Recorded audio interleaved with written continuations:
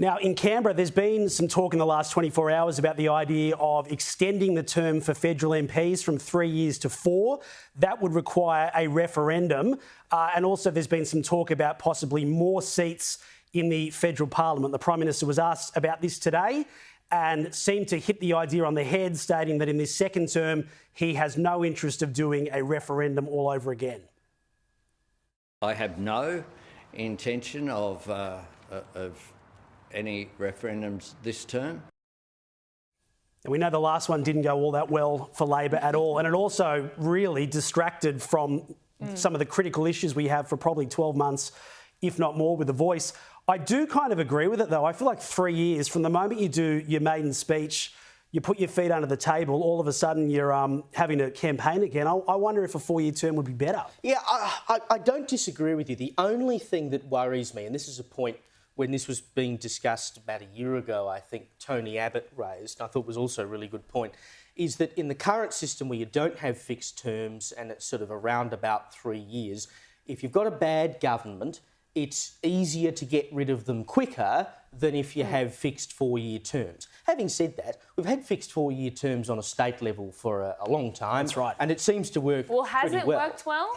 Well, what's the metric? What's the metric, That's really? true. I mean, but if you look at a lot of our state governments, I don't know if you could say it works well. My problem is, and I totally agree with Tony Abbott on this one, if you're a bad government, the election can't come soon enough. If you're a good government, you've got nothing to worry about. So if you have been in government for 3 years and you're stressing that you're going to an election and you can't fulfil your agenda, well, that just means you haven't sold your agenda well enough to the Australian public, or you've wasted your last 3 years. I think we have a lot of issues in Australian politics, but the primary one is competence, and I don't think adding another year to the term of government is going to fix that. If you've got bad ministers and a bad government, it's going to be a bad government, and I would rather get them out quicker and sooner rather than later. I think that the other thing is, I mean, firstly, elections are terribly expensive. Let's not overlook that point. I mean, we don't just go to them for fun. They cost hundreds of millions of dollars.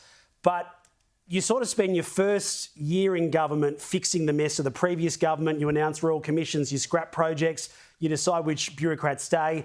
Then you get on with your vision. And then before you know it, there's an election all of a sudden. I just think that extra year gives a bit of a buffer to allow you to sort of sell and move a few things more out. I'm pretty in favour of it.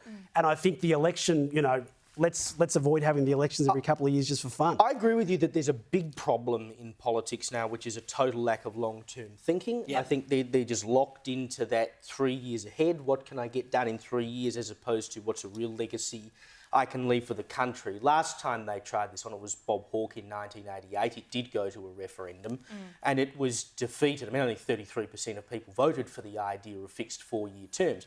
But the other thing that is potentially being looked at in all of this, and this goes off to the Joint Standing Committee on Electoral Matters, is the possibility of having more MPs. And the last time that we had more MPs added, though that's actually, I was going to say it was back when Hawke was PM, which is not entirely true because it went to 148 when he was PM. We then added 2 more on through the Electoral Commission, and then we added another one, made it 151, and took the 151st back at the last election, but that's another matter. But the last time we had a massive increase in MPs was under Bob Hawke in that period of time. Went from about 124 to 148. So if they add more MPs, of course that means more salaries to pay, and it means more electorates. More staff. And it also does potentially mean smaller electorates, because you've got to carve these extra electorates out of the ones that already exist, which means there's the possibility, like we talk about areas in Western Sydney where we had Muslim candidates running under a Muslim banner, for instance, at the last federal election. If you have smaller electorates that have overpopulations of certain sections of the community, you could see more of these special interest candidates get up. Yeah, and I mean, look, the reality is the political class will love this. Anyone in politics will love this, because Liberal seats will probably become safer, Labor seats will become safer. You'll be able to consolidate your base in your heartland a lot more. And more seats just means more aspiring politicians get to go into Parliament, which the staffers will all love, because that's probably where they're wanting to head. But ultimately, if you've ever sort of spent much time with a federal MP, it's kind of like, well, I don't think they do that much, to be honest. I'm going to be real. And I've seen a few in my time, and there can be some good ones, but the argument they make is, oh, we need to go to more community groups and blah, blah, blah.